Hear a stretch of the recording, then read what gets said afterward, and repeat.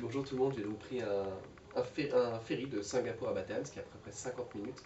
Et de Batam, j'ai pris un grand Phoenix, qu'on appelle la compagnie Penny, de Batam à Jakarta, ce qui a pris 30 heures, en classe économique, qui est la quatrième classe, donc la plus basse de ce type de bateau-là. Vous avez grosso modo 800 personnes dans la cale étant partitionnée en salles d'une centaine de personnes qui dorment côte à côte. J'appréhendais vraiment ce voyage, cette partie-là, enfin, cette aventure, parce que j'avais entendu des gens qui connaissaient des gens qui s'étaient fait voler leur sac, d'autres qui disaient qu'ils avaient des amis qui s'étaient fait tabasser.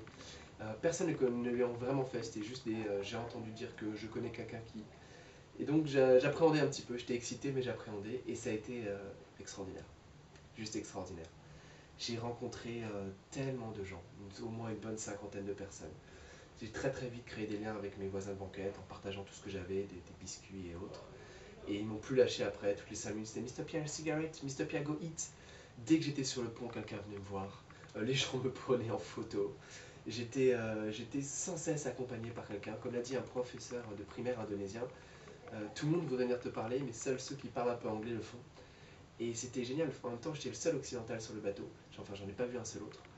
Et tout le monde était adorable, adorable, adorable. J'ai fait des milliards de rencontres, j'ai rigolé, j'ai partagé tellement. Quand j'ai décidé de prendre un bus en arrivant du bateau pour finalement visiter un peu Java, une quinzaine de personnes se sont réunies autour de moi pour essayer en train de débattre pour savoir quel bus je vais prendre. Finalement, ils ont trouvé quelqu'un qui j'ai pu acheter un ticket sur le bateau, qui m'a accompagné directement au bus en sortant du bateau.